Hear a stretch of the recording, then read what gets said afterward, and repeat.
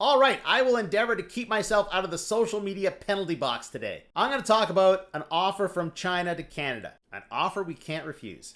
I'm going to show that the Bank of Canada is foreshadowing what's to come. Then I'm going to show you what's to come. First up, China's ambassador to Canada said that if Canada drops the EV tariffs, China will drop their reciprocal tariffs. There's the quote, if Canada removes the unilateral unjustified tariffs on Chinese products, China will also reciprocate accordingly. He's talking about EVs, Chinese steel, and Chinese aluminum. Do I think this is a good idea? Yeah, I mean, we have to have some protections for our workers. But the world is moving forward, and we can't protect dinosaur industries. That's a bad idea. I'm sorry if you're an auto worker. But legacy automakers, it's a dinosaur. Maybe we can get Chinese firms to make stuff over here in Canada so we can replace some of the jobs that would be lost when these legacy industries slowly die off. Or at least transition to a new reality. All right, the Bank of Canada is moving the goalposts, and when someone moves the goalposts, that means shit's going down. Bank of Canada's core inflation puzzle, how many cores are too many?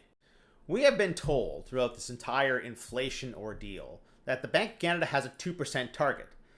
But they often ignore that 2% target because they talk about core, or they talk about their preferred measure, which is CPI median or CPI trim. That's 4 different targets. Let me illustrate this for you. Imagine you're going to, say, axe throwing. You have one axe, and there's 4 targets in front of you. And they tell you to hit the bullseye on all 4 of them at the same time. Yeah, of course, you can't do that. You've got to pick and choose. Now, throughout this entire inflation ordeal, we've been told there's a 2% target. And we've been below that 2% target for pretty much an entire year now. And before that, we were pretty damn close. And people were saying, well, hang on a second. Mortgage interest cost is included in that, which is driven by the interest rate. So if you cut the interest rate, you'll bring the inflation rate down. And then they started talking about the core and CPI median and CPI trim. But core includes the mortgage interest cost. Oh, that's why we prefer CPI median and CPI trim. Do you see how they're moving the goalposts? Now they're questioning whether they should have a 2% target. Look, shit's going down in the financial world, which is why gold is going up. Right by now, some Yahoo is getting ready to comment, Mark Carney sold our gold! But no, Mark Carney didn't sell our gold. We sold our gold for actually really good reasons. One, physical gold, it's physical. You got to put it somewhere, and someone's got to guard this shit.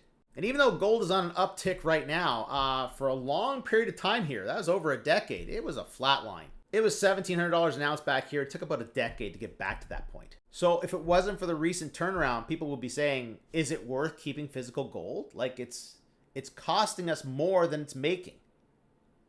Which is true, which is why we got rid of it. No one could foresee that turnaround. And balancing our currency against other currencies, not such a bad idea, especially with what's coming. All right, I've been talking about the AI bubble for a while because that's what's coming.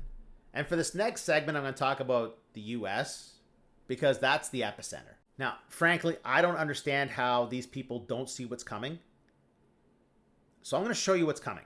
First up, let's talk about the unemployment rate in the United States. During COVID, it hit 14.8%. Back in the early 80s, 10.8%.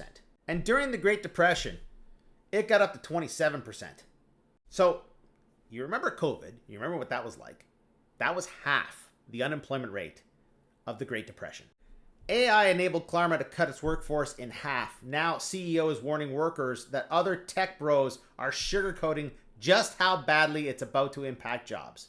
Oh yeah, it's going to be a huge impact. Just like Klarna, every company will have to look at its workforce, look at AI, and see, okay, how many people can I get rid of and replace with AI?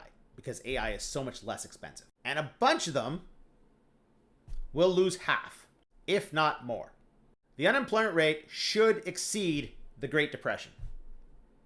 Here's part 2 of this problem. US kicks off controversial financial rescue plan for Argentina. Did they rescue Argentina because they love Argentina? No, they rescued Argentina because their buddies invested in Argentine bonds. Argentina went to shit, and they're standing to lose a lot of money. So the United States is buying the Argentine peso so that they can bail out their buddies. There was a bailout for COVID. There was a bailout after 2008. Black Monday, 1987. There was a bailout. Who's going to pay for all these products and services when half the population is unemployed? And there will be a bailout. And the Bank of Canada is asking questions now, and the answers are very unpleasant. They are preparing because they know it's coming. May not be this year, may not be next year. Within 5-10 years,